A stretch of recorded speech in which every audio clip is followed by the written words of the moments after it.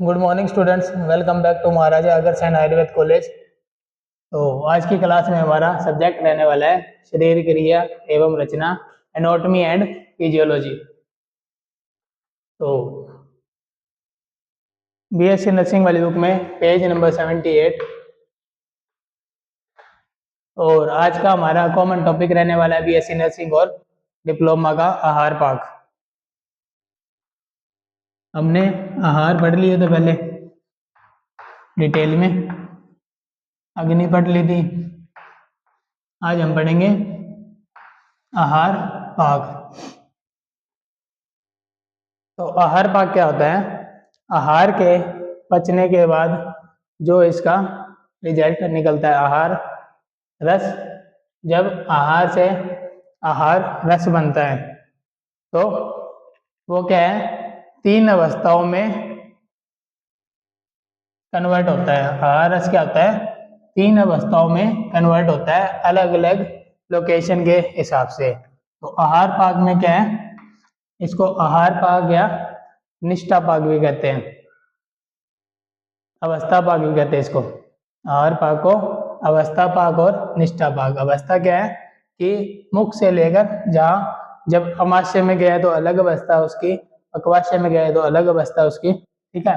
तो इस तरह से जो आहार पाक होता है वो 3 टाइप से होता है। मधुर पाक,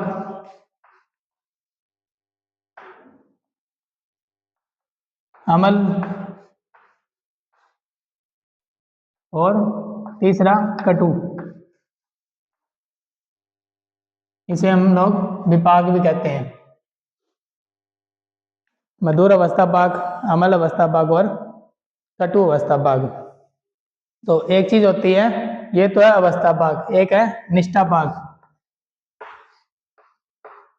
निष्ठा पाक इसमें क्या है, भूताग्नि से पाचन और धातव अग्नि से पाचन। भूताग्नि कितनी थी? 5 और धातव अग्नि कितनी थी हमारी? 7, ठीक है। तो जो समान गुण वाले द्रव्य हैं वो समान अग्नि से उसका पाचन होता है। तो हम पहले बात कर लेते हैं अवस्था पाक की, जो 3 टाइप के होते हैं, मधुर पाक, अमल पाक और कटु पाक। तो खाए हुए आहार को ग्रहण करने वाली प्राण वायु, सबसे पहले क्या होता है, जब हम आहार ग्रहण करते हैं तो हमारी वायु, कौन सी वायु? प्राण वायु, वो क्या करती है, आहार को कोष्ठ में लेके जाती है, यानी कि उदर में लेके जाती है, ठीक है, अमाशय में लेके जाती है, ठीक है, अमाशय स्थित द्रव। तो फिर हमने जब बात की थी, सबसे पहले तो कार्य किसका है, गति का कार्य किसका है? वायु का। तो वायु के बाद में क्या करता है, अमाशय में जब आहार पहुंचता है, अमाशय के अंदर जब आहार पहुंचता है तो वहां पे क्या होता है, क्लेदक कफ होता है। कफ का भी एक टाइप है, 5 टाइप कफ के होते हैं, जिसमें से क्लेदक कफ अमाशय में मौजूद होता है। तो क्लेदक कफ क्या करता है, आहार का क्लेदन करता है, यानी कि उसको शिथिल करता है, यानी कि उसको ढीला करता है, ठीक है, पाचन योग्य बनाता है। फिर क्या होता है, उसका संघात, कड़ापन, कड़ापन जो होता है उसका छीन भिन्न करता है, यानी कि अलग अलग हो जाता है। तथा क्लेदक कफ क्या करता है, क्लेदक कफ में स्थित क्या होता है, स्नेह अंश, वो क्या करते हैं, जो उसमें संदिग्धता होती है क्लेदक में, उसके अंदर वो क्या करते हैं, उसको कोमल बनाते हैं। उसके बाद क्या है, फिर समान वायु का कार्य शुरू हो जाता है। समान वायु कहाँ मौजूद होती है?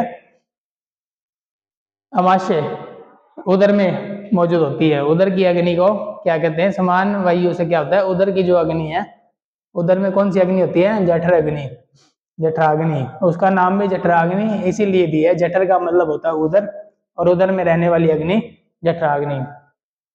तो समान वायु क्या करती है, जठराग्नि को प्रबल करती है। तो उचित समय पर सम मात्रा में ग्रहण किए गए उस अन्न को आयु आदि को बढ़ाने के लिए उचित रूप से पकाती है। तो हमने पहले बात कर ली थी कि आहार को कैसे खाना है, किस तरह से खाना है, और पहले पाक होने के बाद पहले जो भोजन किया हमने, उसके पचने के पश्चात ही हमने नेक्स्ट जो टाइम का है भोजन करना है। तो सम मात्रा में किया हुआ और उचित मात्रा में किया हुआ, तो उसको क्या है, जो वायु होती है वो पकाती है। जिस प्रकार एक पात्र, जैसे एक बर्तन में, अभी कह रहे हैं जैसे एक बर्तन में हमने चावल ले रखे हैं और उसको नीचे उस पर गैस जला के उस पर अग्नि जला रखी है। अब ये अग्नि क्या करती है, इस चावल और पानी को, मतलब चावल को, इसको अच्छे से पका देगी। ठीक है। तो अब ये कह रहे हैं जिस प्रकार एक पात्र में चूल्हे अग्नि के ऊपर रखा हुआ जल और चावल को पकाकर वायु अग्नि क्या करती है, भात, भात किसे कहते हैं हम, चावल को, या फिर चावल को हम और क्या कहते हैं, ओदन भी कहते हैं, आयुर्वेद में हम उसको ओदन भी कहते हैं, तो तैयार करती है। उसी प्रकार अमाशय में रहने वाले आहार को अमाशय के मध्य प्रदेश गृहिणी में रहने वाली, जो गृहिणी में रहती है, गृहिणी यानी कि आंत, इंटेस्टाइन में जो रहने वाली अग्नि होती है वो क्या कहती है, पाचक अग्नि, जठर अग्नि सम्यक रूप से पकाकर रस एवं मल को उत्पन्न करती है। जब हमने बात की थी आहार, जब हमने खाया तो उसका आहार का जब पाचन होता है अग्नि के द्वारा, तो वो दो हिस्सों में डिवाइड होता है। एक तो उसका बनता है सार भाग, दूसरा कौन सा बनता है पूजा, आहार जब हमने खा लिया तो उसका पाचन हो गया। ठीक है। पाचन होने के बाद में क्या होगा, एक तो बन गया सार भाग, या इसको प्रसाद भाग भी कह देते हैं। दूसरा भाग कौन सा बनेगा, कोई भी चीज जब टूटती है या पाचन होता है उसकी दो ही चीजें बनती हैं, एक तो जो अपने बॉडी के लिए यूजफुल है और दूसरी क्या है, जो वेस्ट है। ठीक है। वेस्ट क्या है, कीट भाग। ठीक है। दूसरा भाग कौन सा होगा, कीट भाग। तो ये क्या कह रहे हैं, अग्नि फिर क्या करती है, आहार को पचाकर रस और मल, दो प्रकार, दो चीजों को उत्पन्न करती है। तो फिर हमारा जो टॉपिक था आहार पाक, अवस्था पाक, तो इसको हमने बता दिया, ये तीन आहार अवस्था पाक होते हैं, मधुर और अमल और कटु। ठीक है। तो सबसे पहले बात कर ले हम मधुर अवस्था पाक की। अमाशय स्टमक में क्या है, छह रसों, मधुर अमल आदि जो है छह रस है, मधुर अमल लवण कटु तिक्त कषाय। ठीक है। इनसे युक्त आहार का पाचन होकर पहले मधुर रस की उत्पत्ति होती है। कहाँ पे होती है, स्टमक में, अमाशय में। सबसे पहले क्या हो गया, अमाशय में जब कोई भी छह रस युक्त आहार जाता है तो अमाशय में क्या होता है, मधुर रस की उत्पत्ति होती है। जब ये पाचन होता है इसका,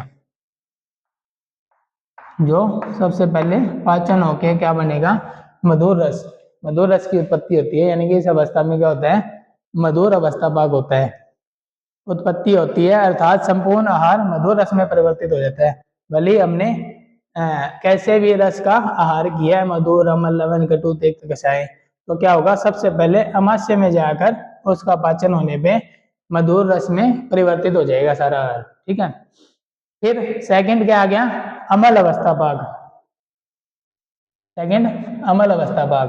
तो अब क्या है, अमाशय के बाद में हमें पता है आहार कहाँ जाएगा, पक्वाशय को प्राप्त होएगा। जो बचा हुआ आहार अमाशय में था और उस टाइम उसकी कौन सी अवस्था पाक थी, मधुर अवस्था पाक थी। तो अब वो क्या है, वो आहार आगे जाएगा किसके पास, आगे की ओर बढ़ते हुए पक्व अवस्था को प्राप्त होकर विदग्ध अमल पाक हो जाता है। ठीक है। फिर वो अमाशय से पक्वाशय की ओर जाएगा और जो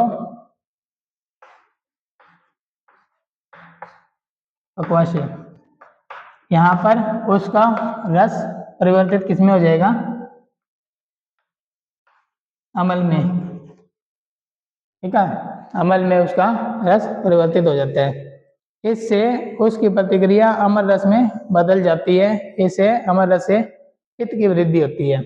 जब हमने बात की थी कफ को कौन सा रस बढ़ाता है, मधुर। ठीक है। तो जब सबसे पहला अवस्था पाक हुआ मधुर अवस्था पाक, ठीक है, हमने आहार लिया छह रस से युक्त, वो अमाशय में गया तो वो किस में परिवर्तित हो जाएगा, मधुर रस में। और मधुर रस उस टाइम पे क्या करेगा, कफ दोष को बढ़ाएगा।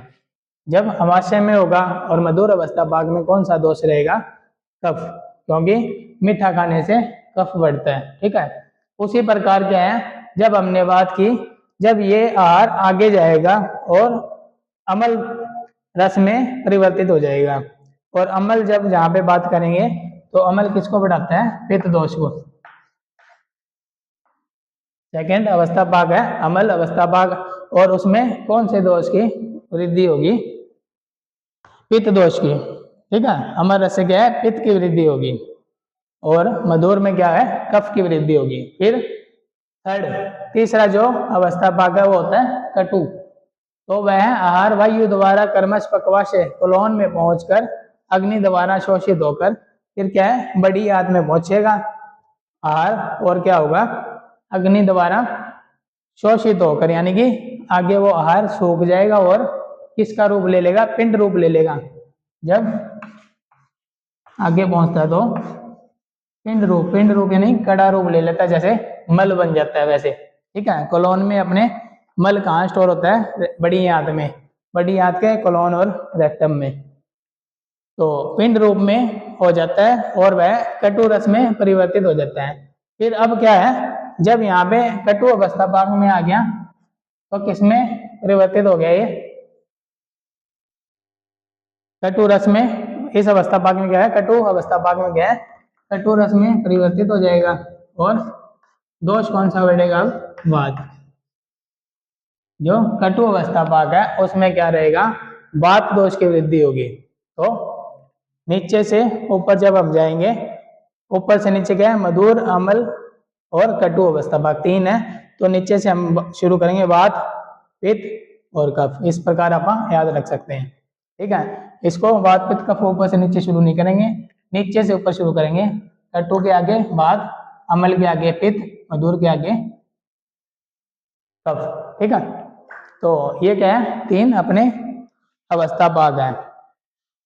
फिर ये कह रहे हैं ग्रहणी का कर्म क्या है, जो ग्रहणी क्या है, अपनी जो आंत होती है पित्त धरा कला, उसमें क्या करें, ग्रहणी नाम की पित्त धरा कला पाचक अग्नि का अधिष्ठान है।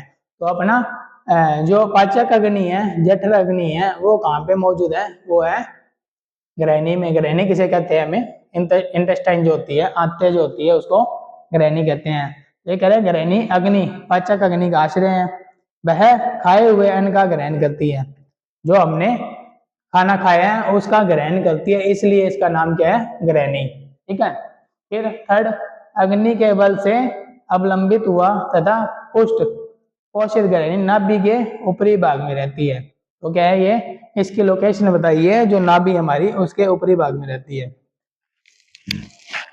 तो नेक्स्ट, खाए हुए अपक्व बिना पके अन्न को पचाने के लिए धारण करती है। जब भी अन्न जो अभी पचा नहीं है उसको क्या करेगी, ये ग्रहणी धारण करेगी, किस लिए, उसको पचाने के लिए, क्योंकि यहाँ पे अग्नि जठर अग्नि मौजूद है।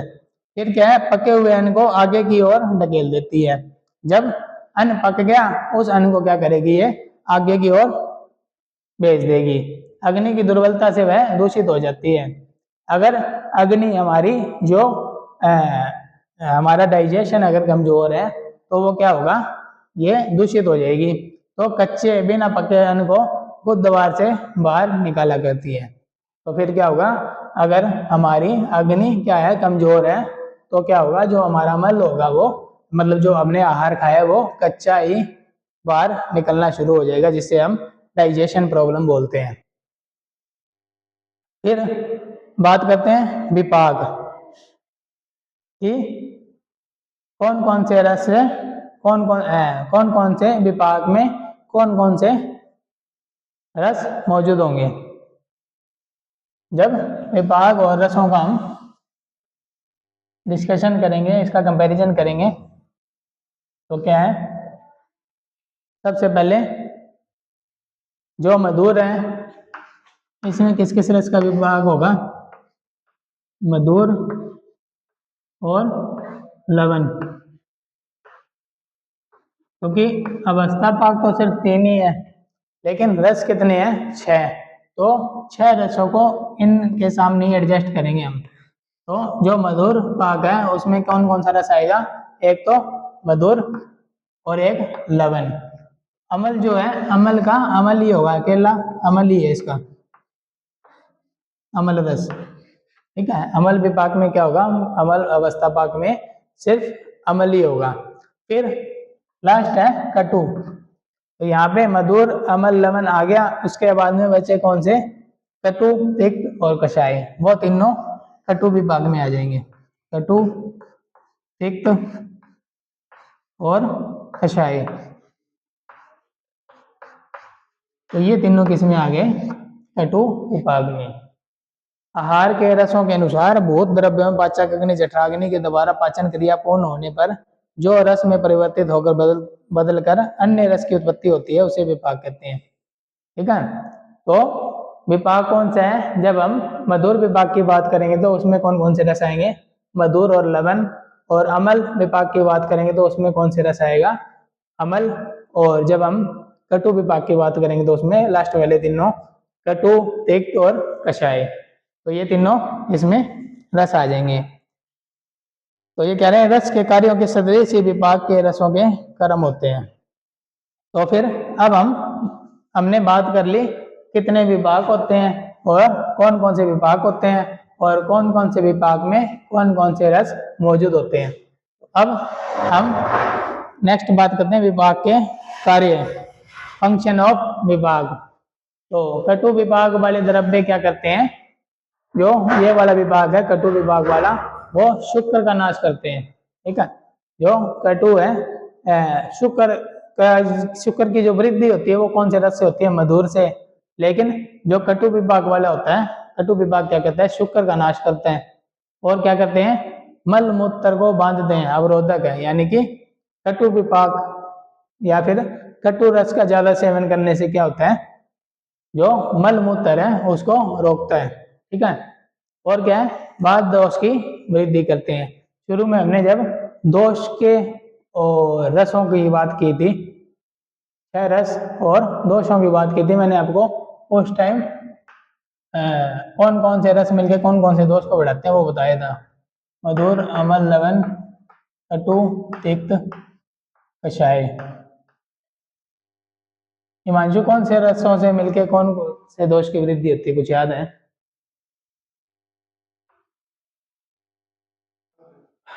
पूजा, कुछ याद है? नहीं याद?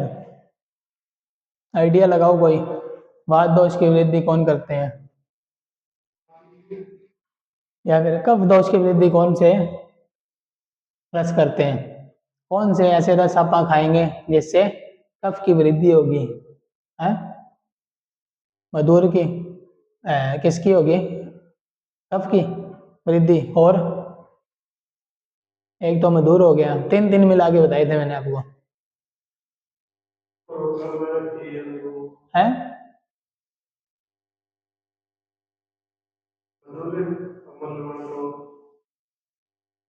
मधुर अमल लवण किसकी वृद्धि करते हैं,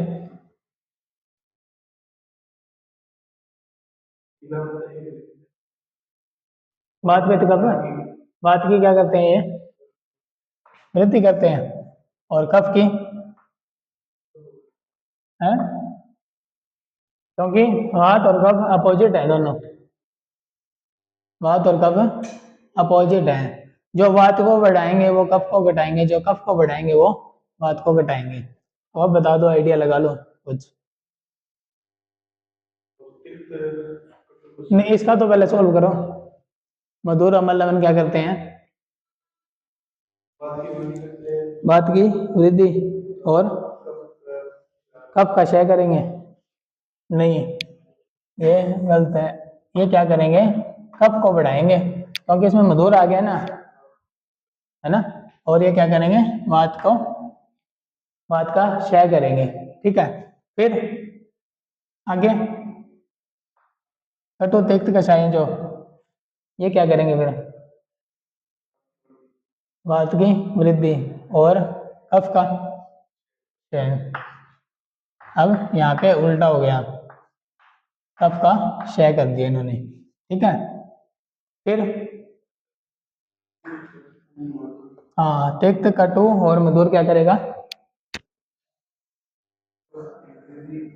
है? कफ का और वात का तो हो लिया काम जो होना था।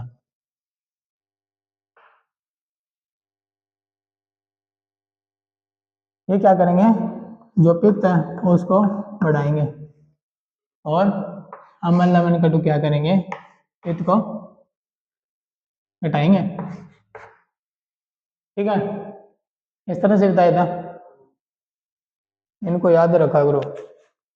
तो अब आ गया, हमने बात की थी जब कटु विपाक वाले क्या करेंगे, एक तो द्रव्य क्या करेंगे, शुक्र को नाश करेंगे और क्या करेंगे, मल मूत्र को बांधने का, यानी कि मल मूत्र को मतलब जो कॉन्स्टिपेशन कर देते हैं या फिर पेशाब को रोक देते हैं या फिर अपने टॉयलेट को या फिकस को रोकते हैं। कौन सा दोष, कटु। ठीक है, तो वात दोष की वृद्धि करते हैं। अब ये जो मैंने आपको बताया ना, ये देखो कटु तिक्त कषाय वात की वृद्धि कर रहे हैं यहाँ पे। ठीक है, फिर क्या करें, अब ये मधुर विपाक वाले द्रव्य क्या करेंगे, मल मूत्र को निकालते हैं। जो मधुर विभाग है वो क्या करता है, मल मूत्र को निकालते हैं, श्रवण करते हैं।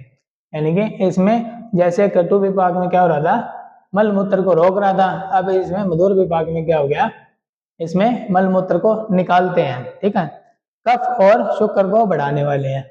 जब अपन ने यहाँ बात की थी मधुर अम्ल लवण है, ये क्या कर रहा है, कफ को बढ़ा रहा है। ठीक है, और वात को डाउन कर रहे हैं। ठीक है, तो कफ को और शुक्र को बढ़ाने वाला है, यानी कि मधुर विपाक जो है ना वो कटु विपाक से अपोजिट है बिल्कुल, वो ये काम इसके मतलब उलट कर रहा था बिल्कुल। फिर तीसरा विभाग कौन सा आ गया अपना, अमल विभाग। मधुर और कटु की बात कर ली, फिर जो थर्ड है वो है अमल विभाग। अमल विभाग वाले द्रव्य पित्त को बढ़ाते हैं। ठीक है, अमल विभाग वाले ये इस तरह से होगा, ऐसे अमल विभाग वाले क्या कर रहे हैं, द्रव्य पित्त को बढ़ा रहे हैं। अमल लवण कटु पित्त को बढ़ाते हैं और तिक्त कटु मधुर क्या है, पित्त को घटाएंगे। ठीक है, तो अब ये कह रहे हैं अमल विभाग वाले द्रव्य पित्त को बढ़ाते हैं, वृद्धि करते हैं, मल मूत्र को निकालते हैं और शुक्र को नाश करते हैं। अब जो अमल विभाग है ना, ये मधुर और कटु का मिक्स हो गया। मधुर विभाग तो क्या कर रहा था, शुक्र को बढ़ा रहा था और जो मल मूत्र उनको निकाल रहा था। कटु विभाग क्या कर रहा था, शुक्र का नाश कर रहा था, मल मूत्र को रोक रहा था। अब जो अमल आ गया, अमल ने क्या किया, दोनों के मिक्स गुण है, ये मल मूत्र को तो निकालता है लेकिन शुक्र का नाश करता है। ठीक है, तो इसमें मधुर विभाग गुरु और कटु एवं अमल विभाग लघु होते हैं। जो मधुर विभाग है वो गुरु है, मधुर से कफ बढ़ता है, कफ बढ़ेगा तो कफ के मैंने गुण आपको बताए थे, गुरु होता है, गुरु यानी भारी। ठीक है, जहाँ मधुर आ गया वहां कफ बढ़ेगा, जहाँ कफ बढ़ गया वहां पे गुरुता आ जाएगी। फिर क्या है, कटु एवं अमल विभाग क्या है, जो ये कटु और अमल है ये क्या करेंगे, ये लघु लघुता लाएंगे। तो अब क्या करें, द्रव्यों के पाक काल में जब पृथ्वी और जल के गुण अधिक बलवान होते हैं तब मधुर रस विभाग होता है। मधुर को जब हम पंच जो पंच महाभूत है उनसे मिलाएंगे तो क्या है, पृथ्वी और जल के गुण क्या होते हैं, वो क्या करेंगे, मधुर रस को, मधुर रस विभाग मधुर रस को बढ़ाते हैं। कौन से, पृथ्वी और जल। और कौन से हैं, जिन द्रव्यों के पाक काल में तेज वायु आकाश, यानी कि अग्नि है, वायु है और आकाश है, ये तीनों क्या है, अधिक प्रबल रहते हैं, वो क्या करेगा, कटु विपाक करता है। ये तीनों चीजें क्या करती है, लघुता लाती है, तो कटु विपाक। और जो जल है और पृथ्वी वो दोनों भारी है, यानी कि गुरु गुण लेके आ रही है, तो उसमें क्या है, मधुर रस विभाग में वो बढ़ेगा। ठीक है, तो ये अपना एक टॉपिक अवस्था भाग आहार भाग कंप्लीट हुआ, एनाटॉमी और फिजियोलॉजी का। ठीक है, तो नेक्स्ट क्लास अपन स्वास्थ्यविद की कंटिन्यू करेंगे। Thank you. हिमांशु बंद कर दे इसको।